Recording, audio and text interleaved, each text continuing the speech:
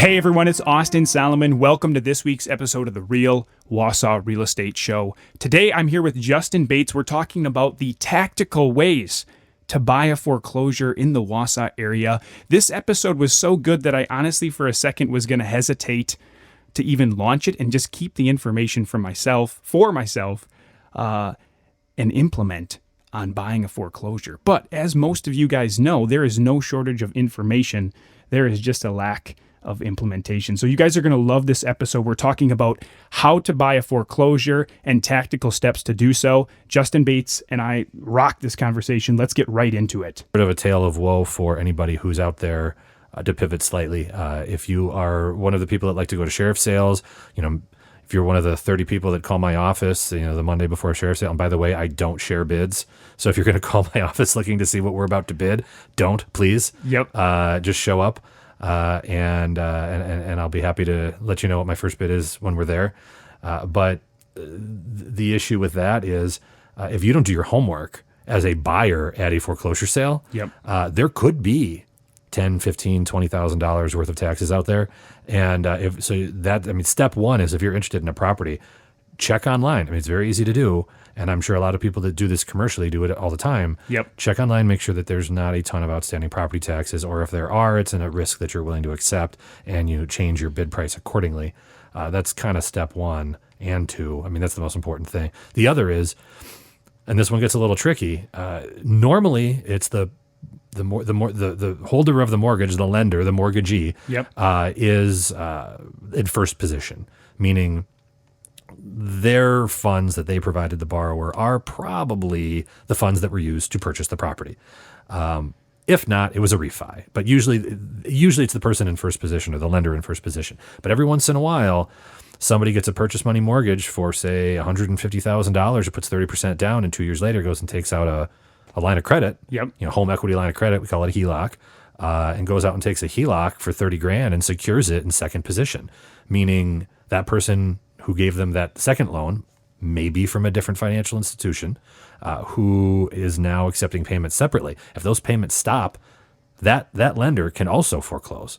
And under the Wisconsin statutes, not only is the senior lender, the person or entity who provided the purchase money funding, not required to be a party in that lawsuit, they're actually not supposed to be and can get out if they are named. So a buyer at a sheriff sale could look at, and the numbers, you could look at the numbers and maybe kind of figure it out if you're savvy enough. But sometimes the numbers are close enough to where the HELOC winds up being close to what that purchase money might have been, depending on how much you had down. So you don't know all of those variables. So you could show up to a sheriff sale, buy property, think you got a great deal, and then all of a sudden turns out, there's a first position mortgage on here for another $100,000. Wow. And now that you're not financially liable for that money, but they can foreclose on that property even after you've bought it, and you'll lose everything that you paid to the second. Wow. Yeah, and there's no recourse against a junior lender in that situation or lien holder. You're just out of luck. Yeah. You're out of luck. I have had calls like that occasionally. It's usually from the person who doesn't do this commercially. Says, hey, that house I've had my eye on for a long time. I was Googling and I noticed it's going to be going to foreclosure sale. Well, how can you walk me through this process? How would I do that? When can I get in to see it is always the question I get. And I go, after you buy it. Unless you want to go ring the doorbell and ask the people who are about to be shoved out if it's cool if you look around. Most people aren't going to want to do that. Correct. Exactly. Yeah. So you're buying it sight unseen as is. There's no representations. There's no warranties. So you can do as much of your homework as you can at the courthouse and online. But outside of that, you're taking a bit of a flyer. And so, being armed with as much information as possible is very good. That's when you can go to a title company and you can say, hey, this is what I want to do. What kind of product can you provide me? And for a couple $100, you could find out what kind of situation you're about to be in. Right. It might be worth the investment. For sure. So that would be like in our industry, and we're going to transition here. I think if it's good with you, let's transition into how to buy a foreclosure. Sure. Is that good? Yeah. Man, this is really good. I'm learning a lot of stuff here. This is awesome. So, because people ask me this all the time too. So, people will ask, hey, Austin, I saw a pre-foreclosure on Zillow, right? Like, we'd like to take a look at it, right? So, And on our end, I'm thinking the same thing that you're thinking is, hey, this person's about to get shoved out of their house. They don't necessarily want to sell the house, and they probably owe more than what it's worth. That's why they're, going through a foreclosure, and they don't just sell it, right? So there's lots of, I've seen all sorts of reasons for why someone's going through a foreclosure. Obviously, it's an unfortunate situation. Right. Everybody assumes that either you're underwater or you're overextended. And those two certainly can play in. Being underwater, meaning owing more on your house than what it's worth, is something that we saw a lot more in, 08, 09, 10, 11. We don't see that quite as much anymore. Lending practices tightened as a result of additional federal regulations. Yep. And we haven't seen, although I think there may have been a small bubble building, prior to our COVID situation that we find ourselves in, but not anything close to what was building previously. Yep. And so what I would tell people is, a foreclosure is probably happening. Divorce. Yep. Certainly can lead to foreclosure, where a court has ordered one of the parties to either refinance it, sell it, or make the payments. And a court can order that all day long, and everybody can have the best intentions in the world, but reality will dictate that. Mm-hmm. You can't just walk into a lender and say, hey, the court told me I need to refinance this, so I'd like to refinance this. They say, great, let me take a look at your situation. And especially if you just got divorced, there's a real good chance that you won't qualify, unfortunately. So divorce can lead to those. Death can lead to those. Yeah. And, where there's not, the heirs all have houses and don't have any interest in moving into mom or dad's old house. So, and there's a mortgage on the property, and so there's not going to be any equity, so they really just don't do anything with it, and it eventually goes through the foreclosure process. The foreclosure process also will happen a lot of times because there are junior liens on the property. So it may not necessarily be a HELOC like we talked about earlier. It could be a credit card that took a judgment against you. It could be medical debt. It could be things that maybe could have been wiped out in say, a bankruptcy, but weren't because the person didn't file one. So as a result, there's a lot of reasons why foreclosures happen when they may not otherwise be necessary. Yep. Because of a lot of extraneous circumstances. But what I would say is that, yes, if you see a house in pre-foreclosure on Zillow, in Wisconsin, what that usually means is we're a judicial foreclosure state. So in order to foreclose, you have to file a lawsuit. From what I can tell, I've never talked to Zillow about this personally, but from what I can tell is pre-foreclosure means a suit has been filed. Yep. Because Zillow has no idea if you're making your payments with your lender or not. Correct. So suit has been filed, but the property has not been transferred to a lender through the judicial foreclosure and sheriff sale process. If it sells to a third party, Zillow's not going to list that as a foreclosure that you can go take a look at. Yep. So from my experience, just looking at it on properties I was working on or with, it is after suit's been filed before the lender takes it back. So nobody to call in that scenario because those people probably aren't going to want to talk about it. A good tip is if you find a property that you're interested in purchasing and you see that pre-foreclosure listing, step one, pull the tax bill. See who the names are on the tax bill. Yes. Yep. Step two, go to CCAP, which in Wisconsin we're very fortunate to have. Most states don't have that, or if they do, it's nowhere near as good. CCAP is a great tool. Type in the name on the tax bill and see if a foreclosure action pops up. If it does, then you can kind of generally figure out the time frames if you know what the time frames are. But you can see if judgment's been entered or if they're arguing about it and fighting it, or if there's going to be or if there's been a sale recently. You can figure those things out. So that's some of the research you can do. And what I'll tell you is that if you see a pre-foreclosure house and you type in on CCAP and it turns out that person has passed away and there's a pending estate and there's estate proceedings, now there might be somebody you could call. You could call the attorney that started the probate, or you could call the personal representative that's listed and say, hey, I see what's going on here. Yep. Is there any way we can talk about, a way to buy this property? Yeah. Obviously, as each property is very unique.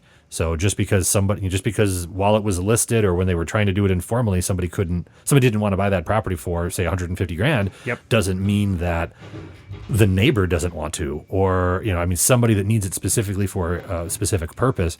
And of course, the more unique the property, the more likely that is. Yep. But that's when it's worth a call. It's not worth a call to somebody who's living in it, who wants to keep living in it. Right. And really probably not all that nice to bother them. But it's, you can keep your eye on it. Right. So okay, so correct me if I'm wrong here. So, and what do you call it? So it's actually like a lawsuit is fought. Not a lawsuit. It is a lawsuit. It is okay. In Wisconsin, it's a lawsuit. In Michigan, they have what's called foreclosure by advertisement. Yeah. So if everything goes smoothly, there is no court intervention. Sure. In a lawsuit.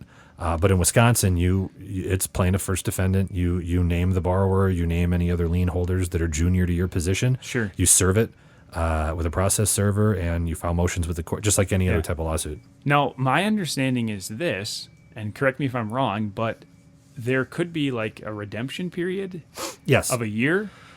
Every 6 months to a year. Every single time there will be a redemption period, unless it's waived by the borrower, and again, usually that's going to be in a death or decedent situation. Yeah. But yes, every single time there's a redemption period. So once judgment is entered, if the mortgage was signed on or after April 26, 2016, the redemption period is 3 months if the lender has waived the deficiency, meaning I just want the property sold, and if it sells for less than what I'm owed, I don't care. That's called waiver of a deficiency. But if you want to go for that deficiency judgment, which is relatively uncommon, but it does happen, sure. Then the redemption period would be 6 months.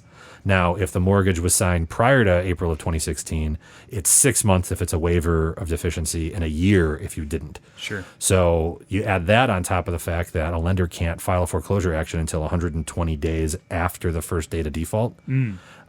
So we call that the 121 rule. Yep. With that, so I mean, there's 4 months there, and then you've got to file it, and then you've got to get it served, and then the debtor has 20 days to answer after they've been served, so that's usually another month or two. So, I mean, you usually don't have, and then you have to file for judgment, and some courts require a hearing, so you usually don't have judgment until about 6 months after that first date of default, which doesn't mean that the public was aware of that, but the borrower is. So when you talk about, are they going to be listed for sale? Could they have sold it? A lot of people are trying. Yep. A lot of people kind of know that they need to get this thing sold. They can't afford it, either due to change in circumstances or due to just overreaching, and they're cognizant of it. And so they try to fix it by selling it. And sometimes they find a buyer in the middle of the process, and great. Sometimes they don't, and you wind up taking it through to the end. Yep. But they don't need to make payments during that time period. So a lot of borrowers will ride out the entire foreclosure process because, well, it's living, essentially for no cost for a year or more. And so the savvy person in that scenario will squirrel away that money and use it for the next down payment or for rent. Yep. Right. Yeah. No, and it's kind of interesting. It jogged my memory because I've worked with sellers that, one case comes to mind where a couple years ago, the owner had passed away. The son kind of jumped in, and we tried to sell the house, but with the mortgage that was out there and the commissions and fees, like we couldn't quite make it work for everything. So at that point, we just kind of, they just let it go back to the bank. And that's unfortunately that's going to happen if it's going to be something that would be viewed as a short sale, is the term. Short sale means the net proceeds from closing after all the costs and fees are paid are going to be less than what the lender is owed. Yep. So the lender has to approve that. Otherwise, the lender isn't going to satisfy its mortgage and legally wouldn't be required to do so. Yep. So it would still be a lien, when the buyer picks it up. So if the purchase price isn't going to be high enough, the lender either has to consent to that or it's not going to happen. Yep. And that's the real concern is, a lender could do it. I mean, if it's going to be a $5,000 or a $10,000 haircut for the lender, financially they're better off. Right. But there are other considerations like, intervening liens, for example. I mean, if there's not going to be a foreclosure and there's not enough money to pay off that $5,000 credit card judgment, well, then buyer's not going to want to buy it. There's real estate taxes as well. And then, of course, if the loan has been sold to the secondary market, there are additional requirements that those folks have in order to prove a share of sales. So prove a short sale. So everybody thinks we'll just do a short sale. All I need to do is get one lender to say okay, and we're good. That's not the case. It's a lot harder than that. Right. Okay, so let's use the example. So let's say that, so a property is it's out of the pre-foreclosure state, right? So give me an example. So let's take it all the way through, like the redemption period is issued, whatever it is, 3, 6, 12 months. And during that time, the like the I guess you'd say the owner of the property wasn't able to make amends, right? Sure. So then at that point, what happens then? So once that redemption period expires, and that's after judgment's been entered, so foreclosure's been ordered by the court, the redemption period runs, and during that time, the borrower, if they can go get funds to pay off the balance and keep the home. Yep. It unfortunately does not happen all that often, and they don't have the right at that point in time to just pay the catch-up payments because the loan has been accelerated. So the whole thing's due now, especially once you're in the redemption period. So you can't just say, oh, I'm only 9 payments behind. Here's 9 payments. We're good, right? That can happen if the lender is in agreement to allow it to happen. And a lot of times if you've lost a job and now have it, and the lender's aware of that, and you've communicated with them. And that's always key for anybody in that situation. Communicate with the lender. If the lender's aware of that, a lot of times they'll say, sure, yeah, we'll give you another shot. Sure. But if you don't communicate, they'll never know that. Yep. As a side note, sorry to interrupt, but is that why? Because a lot of times people want their mortgage service locally. Like they don't always want it to go to a secondary market, which makes sense because who wants to deal with what's an example? Some of these big companies. So a secondary market's going to be a Fannie Mae, a Freddie Mac, or similar products that are kind of under those two giants. But even if it goes to that secondary market, if you used a community bank or a credit union to finance the transaction, they're what's called a servicer. Sure. So you'll still deal with them, even though they're not the quote owner of the loan anymore. Sure. They have a servicing agreement with whoever purchased that loan. So that's who you'll still work with. They will treat you as their customer, and they are, and you are, but there is something on the back end, and that's almost 100% of the time the case. Maybe that's maybe 80 to 90% of the time. If you have a 30-year fixed rate mortgage and you obtain that loan locally, it has probably been sold to the secondary market. Not always, and like I said, there's lots of different products. It's not always a Fannie or a Freddie deal, but. What people usually should mean when they say, I don't want it to go elsewhere, is if you use a huge national bank, that's, in all 50 states or something like that.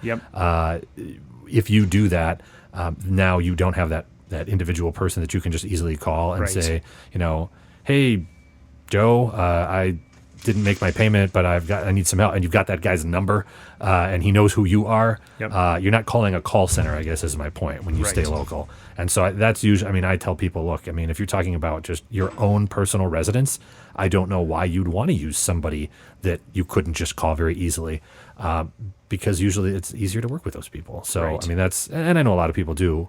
And I will say, in Wausau, there's a lot of really great people that you can contact that will help you with that. So we're fortunate in that regard. If you if you live in a bigger city, I think it's maybe a little bit harder to find that, that community bank because it's, you're living in Milwaukee. There are community banks in Milwaukee, but it's a little harder. And that's, also sometimes why people like the credit union, because the credit union model, even if they're a super large credit union, is more, local and community based. So that's why the credit unions and the community banks on the residential side, can be very similar in terms of customer service, depending on where you are. Right. Yeah. Great. So, and I kind of cut you off there when I asked about that, but it was a question that came up to my mind. So, back to our example when we, so the buyer is not able to make amends, right? And they in their redemption period. Right. Yeah. So if they're in the redemption period and it expires, so 6 months is done, then the lender will publish the sale of the property. So you call the sheriff, you schedule a sheriff sale, and then it's published in the newspaper for a couple of weeks. It's on the sheriff's website, and then it goes to that sale.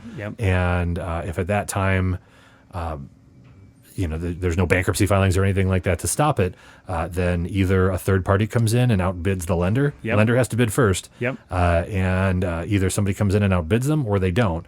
If you do outbid the lender, you do need 10% in cash or a cashier's check. We call them readily negotiable funds. So if you do plan on going to the sheriff's department and bidding on, say, $100,000 property, you need to have 10 grand on you and more if you get in a bidding war. Sure. So a lot of, sometimes people will bring a $10,000 cashier's check and a couple grand in cash. Yep. It's not a super comfortable feeling to walk in and out of a courthouse with tens of thousands of dollars on your person. There are deputies around. If you ask them for help, I'm sure they'd be happy to walk you to your car, but don't show up with 20 grand in cash, feel uncomfortable, and blame me. Right. Those are just, and I've seen people be the successful bidder and not have the money on them. Sure. And it gets put right back up on the auction block and it starts over. Yep. And people lose out on that. So if you are in that situation, remember to make sure that you have 10% in funds on you at that time. It doesn't matter if it's back at your office or your house. You need it on you. That minute. Yep. They check. So cashier's check, you should probably bring like a cashier's check for X amount and then have a certain amount of cash. Yep. Yeah. You can do that, or you can just decide, hey, look, I'm not going to bid more than 50 grand on this property. Yep. And so even though the bidding might start at 40, you need to pay it all eventually. So, rounding up is not a bad idea. You get credit for it. It's not like you need to have exactly 10%. Makes sense. So if you've got 15 or 20%, you're in good shape. Right. So it's best to err on the high side. Nice. So, okay, because I've actually never been to a sheriff's sale before. So have you, and just out of curiosity, have you ever gone like for a client or with a client? Oh, yeah, I've been to many. Oh, you have? Okay, yes, cool. I've been to many, both with and without clients. Have you ever, now, because, and this is in my mind, right? This is what I think it looks like, is someone from the bank, a representative from the bank has to be there. And so the bank bids first. Mm-hmm. That's super interesting.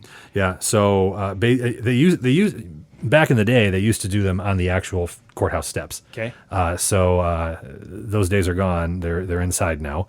But the sheriff shows up and reads the caption of the case and asks for the opening bid. Yep. And so the lender representative makes the opening bid. Usually, especially if you're not worried about a deficiency judgment or a property being really upside down or underwater, usually you bid your balance. So if you're owed 100 grand of principal, 5 grand of interest, and 2 grand of fees, you're going to bid 107. I think I did that math right. And, and then you're going to bid 107, and they have to go up in $100 increments. So if somebody bids 107.1, nobody else outbids them, it's theirs. Okay, so let's use an example, right? So, and probably most of the time, I'm just guessing here, right? Most of the time, the balance or that first bid from the lender is probably going to be the highest bid. I went 10 years without being outbid. So I used to tell clients I'm batting 1,000. I was undefeated. Are you serious? Yeah. Not great for the client, but yeah, I was undefeated. Yeah, never had anybody else come in and bid. Really? And then about 18 months ago or so, all of a sudden we started seeing a lot more activity on the bidding side. Wow. And I think it was because the real estate market was picking up. Yep. And people were getting back into, and there are people out there that do it, yep. Flipping the house. Yep. So I'm going to buy it. I'm going to fix it up. Maybe I'm going to rent it for a little bit. Maybe I'm not. And I'm going to turn a profit on it. There's some people out there that do very well doing that. For sure.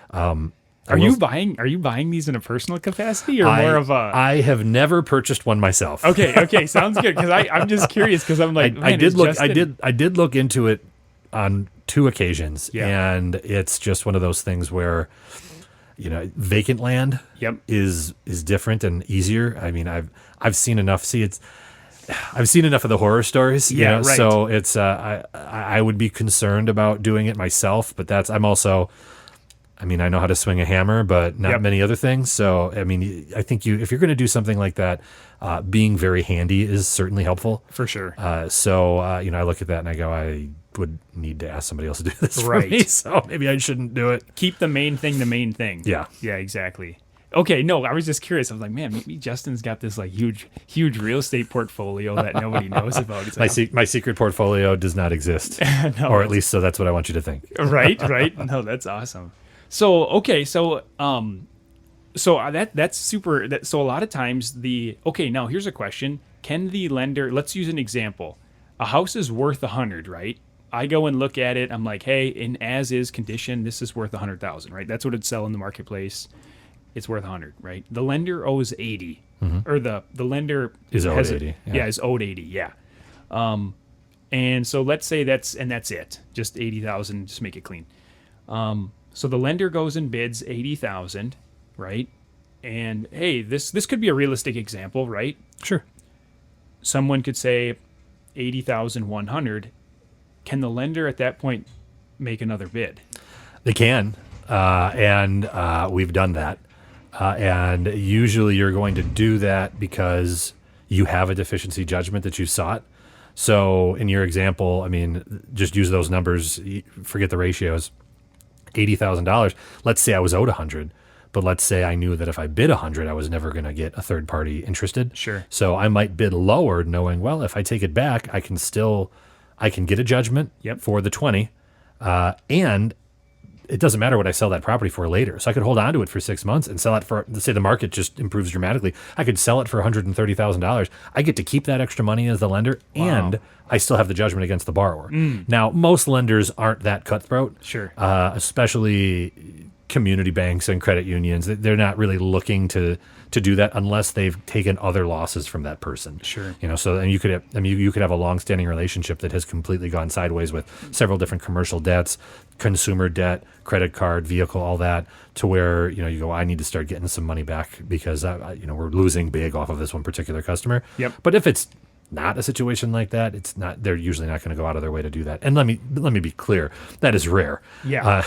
Because most people that are buying something from a lender know why and how the lender got the property and aren't really interested in giving them a huge premium, again, unless they really need that property. Yeah. Hey, I'm trying to get a monopoly on this corner. So I mean, I need this. I need North Carolina in order to complete the greens, right? So that's awesome. I mean, in order to do that, I've got to buy that gas station or that diner or whatever it is. Right. Again, a little bit more likely on the commercial side. When it's residential, most residential properties aren't all that unique. Sure. I mean, they might be to the person living in them, but to the general Sure. marketplace, it's mainly the same thing unless it's in a neighborhood where there's no houses for sale. Sure. So yeah, I mean that's where you typically so that's how that typically works. Bank can outbid, but I'd be surprised if anybody was really doing that right now, and if you did, expect to get the house back, because I don't think a third party bidder is really interested in getting in a bidding war with the lender. Sure. So here's a question for you. When you were batting 1,000, because a lot of times you work with litigation of banks or of mortgage, right? Right. Yep. What's the definition, like the formal definition of litigation? Litigation is really, I mean, it's the fancy word for a lawsuit. Sure. So when you're in a lawsuit, you are litigating. Somebody who an attorney that files lawsuits and takes them to trial and all of that is typically referred to as a litigator. Sure. But yeah, I mean, litigation, lawsuit, foreclosure action, they're all synonyms. Sure. Got it. Okay. So when you were batting 1,000, were you, because you've represented the banks in these at the sheriff's sale? Correct. Yes. And then is that mostly who you work with when you're at the sheriff's sale, or have you also represented like a potential interested buyer, or both? I have represented an interested buyer on a handful of occasions where I wasn't involved on the lender side. Sure. And usually they just kind of go in and bid it themselves. Yep. So I just coach them through and explain a lot of what I just talked about today to say, this is the process, this is where you need to be, these are the things we need to check before you go in there. Yep. But if you're comfortable with all of these things and you understand the risks, here's what you should do. Right. And be prepared to bid. Yep. And I did that, and I've had that conversation with people, and a lot of times they go in and they go, it was too high. Yep. So which is, smart. You vetted it out. You decided it wasn't for you. I've had one person that I've been. I mean, most of the time, those people don't get lawyers. Yep. But I did represent somebody who did wind up buying it. And the interesting thing was there was an IRS tax lien on that situation, which throws a whole nother wrench into the machine. Sure. Because the IRS has a 120-day post-sale right of redemption. So you could be the successful bidder. You've got to go through the confirmation process. You've got to pay the money down. And the IRS, in theory, could say, hey, you know what? We actually want that property. It happens almost never. Because the IRS is usually more interested, because they recognize too. I mean, they don't just get it, right? So they'd have to pay the money back to the buyer, or pay off the lender, or whatever. So I mean, there's usually not enough equity for them to care, and then they got to turn around and market it. Not really the business the IRS is in. Yep. So it's not something that happens commonly. But if you owed enough money to the IRS and you had enough equity in some nicer properties, I'm sure they do it. Sure. So for our listeners, right, just going back a couple steps. So before you even step foot on the sheriff's, you go to the county. Before you even step foot, you said something that was really good. For a couple $100, you can go to the title company and say, and we typically call it like a search and hold, Sure. Or is that similar? So if you wanted to, I mean, we call them, I mean, I just get a letter report. Yeah. You know, a letter report is usually about $100, and Yep. they can tell you if there's any liens, you know, if there's any outstanding taxes, who is the titled owner, Yep. borrower. And Right. that's usually what that's going to tell you. It's going to give you the legal description too, which is the technical way of describing something that you would maybe refer to as, you know, 123 Main Street. Yep. You know, there's a much longer version of that the law considers the legal description. Lot 1 of block 6 of the Northwest corner of the northeast corner. Yeah, Yes, exactly. exactly. Yeah. And so most people don't. I mean, I don't know what my legal description is other than Right. if I pulled the deed and looked, right? So Yep. most people don't know that, and it's really not all that relevant, and except to make sure that you're buying the actual correct legal. And that's what a surveyor works off of. Yep. If you're, and that's something else I always recommend. You know, if you're going to buy a residential lot, I mean, a survey will give you information you don't otherwise have, but people think buying title insurance guarantees them that they have the lot they bought, and that is not what title insurance does. Right. So that's why there's a surveying contingency that most buyers will say, I don't need that. Well, if you want to make sure you're buying what you think you're buying, you do need that. Right. Because that's the only way you're going to check. Yep. And so I tell people, look, residential lot, probably fine, especially if it's been bought and sold more than once. Yep. But if you're, you know, new development, or you're talking a larger chunk of land, or, you know, a 40-acre parcel, something like that, I'd get it surveyed. Yeah. You know, it's gonna cost a little bit of money, but if you don't get what you think you're buying, it's gonna cost you way more money. Oh, that's so interesting. Though I just think that's such a good topic, and we can transition into let's transition into title insurance in like just a couple minutes. Me and Justin, these are like really interesting topics for me, so we could talk about this stuff all day. Yeah. Let's talk Are about we real title- estate geeks? Is that our deal? I think that's exactly right. I think we are. Let's table the title insurance for just a second. So title company gives you like again, going back to our example, hey, here's the could be you call it a letter. So it could be like it could be just like a basic report saying, hey, here's the legal, here's what we found on the property, here's the owner, and you know, if there's any would they even give you like exceptions at that point? No, so the exceptions are to the insurance piece of it. Got it. Okay. So the insurance is what costs more, because if there is an error or there is something that pops up or they miss something, then they take care of that. That's what you're buying insurance over. Yep. If you're just a checking letter is another thing people call it, checking letter, what that does is it gives you a lot of the same information that a title insurance commitment will. Sure. But it doesn't insure over or provide you any financial protection. Sure. So if it's really just for information purposes only, I want to know what's up with this property. Yep. You can walk into a title company, you can give them $100, and they will do some homework for you. Got it. And you can feel comfortable knowing that they're better at it, looking at that than you are. Right. You know, so that's why it's worth doing if you're very interested. Yep. You know, when you get to the actual purchase, now sheriff sale is different, but if it's a regular purchase, there will be title insurance, and they will formalize that. Yep. And if you're using traditional financing, there's a lender's policy and there's an owner's policy. Yep. So there's a lot of homework that goes into all of it. And one of the things I do in my practice is title curative work. So what that means is, some other bank or credit union somewhere else decides they need to foreclose, and when they run their title for foreclosure, they go, there was an error in, we don't have the right signatures on the mortgage, or we don't have the right legal description, or, there was a mistake. We need to fix it. Ship it off to a lawyer who will likely need to file another lawsuit to have a judge order that it was an error and have it fixed on the record, of title for the property, which is what is searched by the title companies. Yep. So if there is an error and you discover it as the owner or the lender, that's when you can make a claim on your title insurance policy. I don't see it happen often locally. I see the title insurance claims that I see are usually out of larger markets. Sure. Usually from title companies that don't exist anymore, Yep. or things that were internet based. And I mean, I think you can understand why that happens, right? It's a rush job. Nobody's paying as close of attention. Right. Locally, it's a lot more rare because you have actual human beings working in neighborhoods and cities and where they live. So they have a familiarity with it, and they know the lenders. Sometimes they often know the agents and the brokers. So it's a little more in depth. Right. I'd say a little more reliable typically. For sure. So on a foreclosure, you don't get any title insurance. Correct. Yeah, you're just taking it, and that's why you get the letter, because you want to know, like, hey, what am I kind of getting into? Correct. Yep. And so, okay, now you're at the auction, you got your letter, you're like, hey, this is actually a clean property. Mm-hmm. Okay. Then you're like, oh, wow, this is good. I've done my homework. I know it's worth 100. Lender throws out their first bid at 80,000, and you're like, I don't have to make a huge margin on this one. I'm comfortable going up to 85. Okay. You bid 80. Let's say it gets bid up to 85, right? There's other people that are interested too, and you're comfortable at 85. It gets to 85. You get the bid.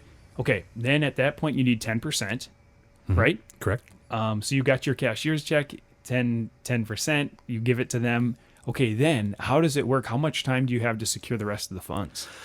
So you, as the buyer, have to pay the remaining amount due on the bid plus a couple other fees and costs 10 days after the sale is confirmed by the court. Okay. So not 10 days after the sheriff's sale. You got more time than that. So yeah. So usually the confirmation is a hearing. Yep. And usually that happens 30 to 45 days, depending on the court's calendar, after the sale. Sure. And then you have 10 days after that. Sure. Now that third party buyer is going to know when that confirmation hearing is. Yep.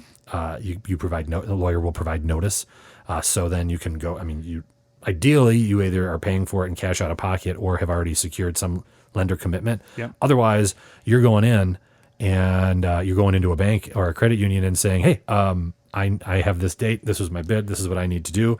And so the bummer for you is that if you haven't done enough homework, or you think, well, sure, I'll just get a loan, and you can't come up with the money. Yep.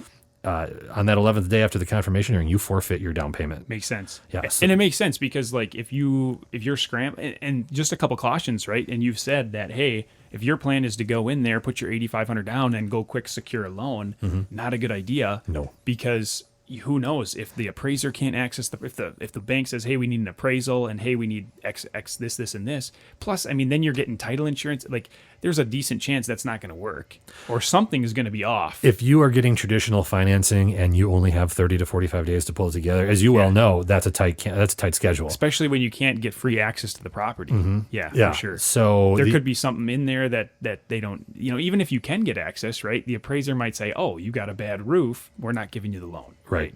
So there's a lot of variables that could lead to that, which is why typically we see when third-party bidders are interested, it's usually on the lower end of the financial spectrum, right? Right. $50,000 property, $30,000 property. You know, I can buy it, I can put 10 grand into it, I can flip it and make a $20,000 profit. Yep. You don't see it if it's a $300,000 house. Not only do you need 30 grand down, you need to be able to come up with the other 270 pretty quick. Right. Now, not to say there aren't people that would do that. Yep. But that's a big chunk of cash. Right. For as is, where is, never been inside of it before. Right. And so the risk is higher. Yep. And so that we don't see that quite as often, again, unless it's on the commercial end. Sure. Yeah, that's interesting. Cool. No, I love this. I've always been asked these questions as an agent, and I've never known, you put little pieces from here, so I'm learning a lot here too. This is awesome. So, okay, so you get the bid at 85, right? What things could come up on the property that didn't come up on that original letter from the title company? Could there be anything, or? There could be, depending on when you get the letter. Yeah. So there could be intervening liens, right? If they're not paying their lender, they may also not be paying some other bills. Sure. And if that's the case, and somebody say you get that letter, 2 months before sale. Sure. In theory, depending on how long it takes, somebody could go file an $8,000 small claims action against the borrower. Yep. Get that judgment and docket that judgment before the foreclosure action. Well, after the foreclosure action takes place, but before it's yours. That could pop up as an issue. Foreclosures wipe out any junior liens, so they all go away. Sure. But timing could make it such that something is complicated. Yep. Now, and again, title insurance is supposed to help you with that. And I've had that happen where there was a 7-day window where a lien could show up, and it did. Yep. What do you do? So sometimes. If you're that third party purchaser and you don't have the hundreds of millions of dollars laying around like lenders typically do, that $7,000 judgment's going to kind of be a bummer, right? Right. So, you may have to pay it, or you may have to say, well, geez, what am I going to do? Go hire a lawyer to figure out how to fix this? Right. I may as well just pay it or negotiate it down. So that's the unfortunate thing that happens to people is it's an amount of money that it's not a couple hundred, it's several thousand. Yep. And they just shelled out a bunch of money. So maybe they didn't have that just laying around in the coffers. Right. So, now you're in that, do I try to fight it? Do I just try to pay it? Yeah. And that's an uncomfortable situation for most people to be in. So, okay, because I'm just, my head is going here. So if a contractor, right? So to me, like it's taxes, municipal taxes, IRS, like those are things you don't like, that has to be done, right? But if a contractor like, hey, I put this roof on like 3 months ago, no one ever paid me, right? Probably a bad example, but let's say 3 years ago, and he drives by the property, it's like, oh, no one's there. I never did get paid for that roof. He goes and files a lien. As a flipper, someone that's flipping, would that be something that you're concerned about? There could be a lawsuit filed. Sure. So the way construction liens work are, they're very, very hyper technical, and a lot of people get them wrong, unfortunately. And there's a lot of contractors out there, and if there's any contractors listening, talk to a lawyer about how to properly secure your lien rights, because that has led to a ton of litigation. But if you follow all of the kind of the prerequisites, and then you're not paid, you have 5 months basically to file the first notice or to serve the first notice on the homeowner. And then you have 30 days to then do the second one. It's a 6-month process. If there's no construction lien of record within 6 months of the last time work was done on the property, there can't be one. Now, as a random third-party buyer, you don't know when the last time work was done on the property, but you can feel pretty comfortable in the fact that if this foreclosure process has been going on for 8 months, they didn't probably go hire a contractor. So construction liens would not be something I would be concerned about, especially after doing the checking letter. Sure. But remember, too, if the foreclosure was done or the mortgage was signed rather in say 2010, and then a lien was put on the property in 2013, and then a judgment lien from a credit card was in 2016, and now that lender with that mortgage forecloses, that construction lien and that credit card judgment are gone. Yep. They're off title. Sure. Once the sale is confirmed. So that's why, and I mean, really at judgment, but it's not finalized until confirmation. We have that sort of 2-part system in foreclosures. And by the way, if you ever look up a foreclosure case on CCAP and you see that the case is closed, that doesn't necessarily mean that the property has been sold. In Wisconsin, they're listed as closed after the judgment is entered, because that's usually the end point of most lawsuits is judgment. But with foreclosures, there is that confirmation piece. So the court retains jurisdiction in order to confirm the sale and order a few extra things to happen. So I think sometimes people look that up and go, it's closed, it's done. That's not necessarily true. Yep. So you have to kind of look at the filings and see, was there any, confirmation or order confirming sale or confirmation order or confirmation hearing. If you don't see that, then it's still going. Sure. Okay, so, and I keep coming back to this batting 1,000, maybe because of my love of baseball, but so, okay, you were representing the banks back then when you were batting 1,000. Yep. So that makes sense while you're batting 1,000, because basically it wasn't that like in my head I was thinking that the client, like the person that was buying the property, like me or you, right, just someone off the street was buying it, was always getting these deals. No, it just means that we walked in, bid, and nobody else was interested. Got it. Makes sense. Yep. It wasn't a great thing. Right. But it did make for, obviously the individual people that I work with at the banks and the credit unions that are in charge of the foreclosure process with their particular institution would sure like it sold. Yep. So it always gave me a little bit of humor to call up, because it's bad news every time, right? So I could call up and say, "Congratulations, you're the new owner." Right. That's so it's you try to soft sell it and get a chuckle. But there's everybody always wants. If that's your job, you want those properties sold, because then you don't have to worry about there's a lot of accounting that goes on. There's a lot of reporting that goes on. Obviously, they need to market the property and all of that. There's additional expense. Yep. And they call it REO, real estate owned. They don't want an REO property if they can avoid it. So when they started selling, I had a lot of happy clients who, I'd get to call and say, "Hey, guess what?" Actually, I have a client who has been in the business for decades and had never had one sold at sheriff sale. So I got to call him up and say, "Guess what? The streak's over." That's awesome. So he had a much longer 1,000% batting average than I did. But he was shocked. So it's it's one of these things where it's great if it happens, and then everybody, especially if it's a waiver of deficiency. So what does that mean? Waiver of deficiency. Oh, wait. No, see, Austin was listening. That means that the bank doesn't matter. Like they don't really care at that point. It's like, hey, whatever is the bid, that's, we just want the property sold. We just want the property sold. Or right. we're going to take it back and sell it. And so we're not worried about bidding less than what we're owed because the property's underwater in our minds, and then taking a $10,000 money judgment on top of the foreclosure. Yeah. So that's what waiver public, is. Is that public knowledge? Sure. Yeah. Wow. Yeah. Holy cow. So there's like opportunities, like for someone that knows what they're doing, like there's could be some big money to be made. Oh yeah, absolutely. I mean, That's so interesting. If you track these things, and there are people that do. I mean, there are people that make spreadsheets for all of this. Wow. If you track these things, you'll see what lenders are foreclosing, what attorneys are working for those those particular lenders. So there's another potential point of contact. Yep. You'll see if there's a money judgment entered. I mean, there's all sorts of.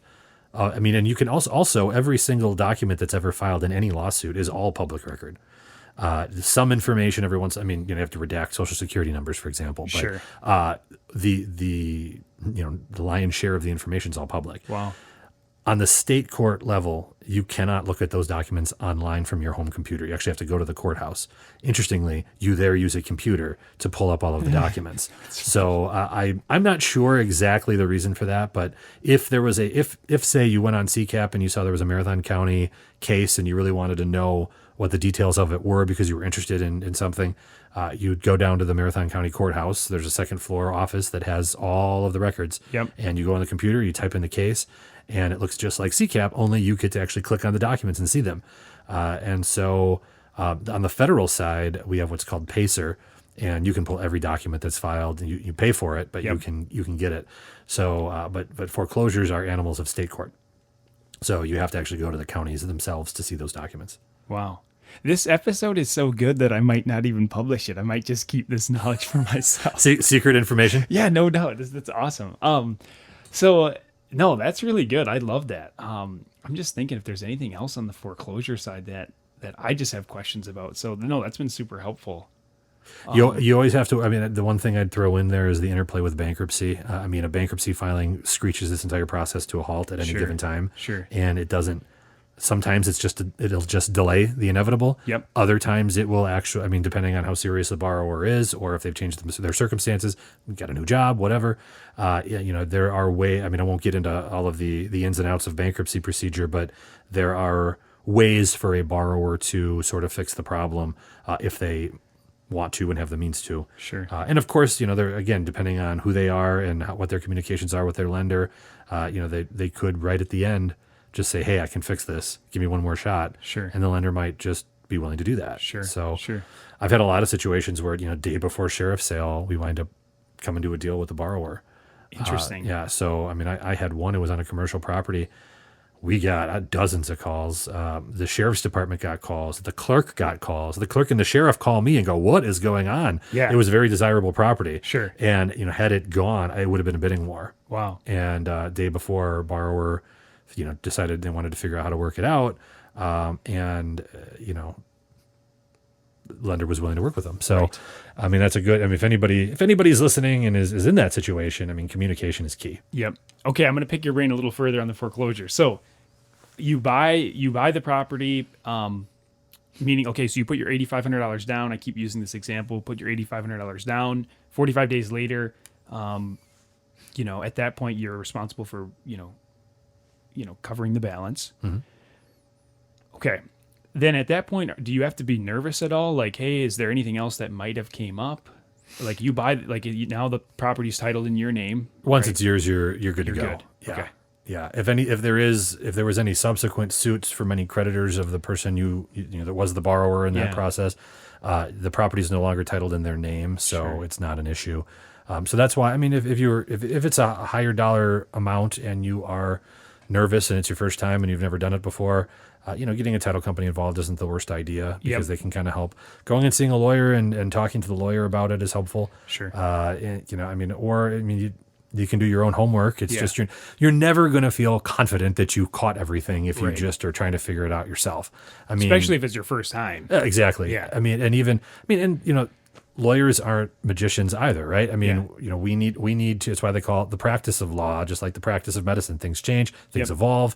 You need to constantly be educating yourself, and you need to stay on top of things. And it's why, certain people that do, for myself, for example, I mean, the amount of time I spend talking with lenders about these very issues and all the other things that go into them. I spend a lot of my time in a week or a month thinking, talking, reading about these types of situations. Yep. I could not possibly imagine trying to come to this cold and do it with my own money, with my with my own potential liability out there without getting any advice and just thinking I found it all on Google. Right. It's to me it'd be a very scary situation For sure. So it's that's why I'm surprised people try it. Yep. But just doesn't mean things are going to go wrong. And so I've talked to people who have said, well, I do this all myself and everything's been fine. I go, you're just lucky. Right. Yep. Exactly. Right. Exactly. Sweet. Well, thanks for joining, Justin. This has been a great episode. I've certainly learned a lot. I think that the listeners are definitely going to take a lot of information from this podcast. So, any last words before you go? I hope you have me back. It was a lot of fun. I've been trying to, look at how to, kind of put myself out there a little bit, just like you've been doing, and you've been very successful with it. And, so when this opportunity came up, I figured this would be, a great way to do that. So, it's fun. And I'd love to come back and do it again. If anybody, wants, out there listening, wants to talk about any of these things with me, I'm pretty easy to find. Only $500 an hour, people. Whoa! No, I'm just playing with you. Oh man! No, that's awesome. No, but we'll definitely include your information on the. Justin's signaling to me. He's saying 1,000. Well, I'm sure we'll use a coupon code or something like that. Yeah, right. No, but we'll definitely include Justin's information on the show notes.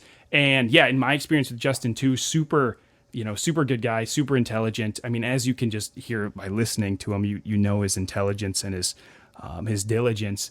And it's super interesting. In the beginning of the show, he talked about his Chicago upbringing and how that worked towards his advantage. So I love that. That's awesome. Yeah, it's always nice to have that little added edge, I suppose. For sure. All right. Well, thanks again, Justin, and everybody. Thanks again for tuning in to this week's episode of the show. We'll see you guys next time. Thanks a lot.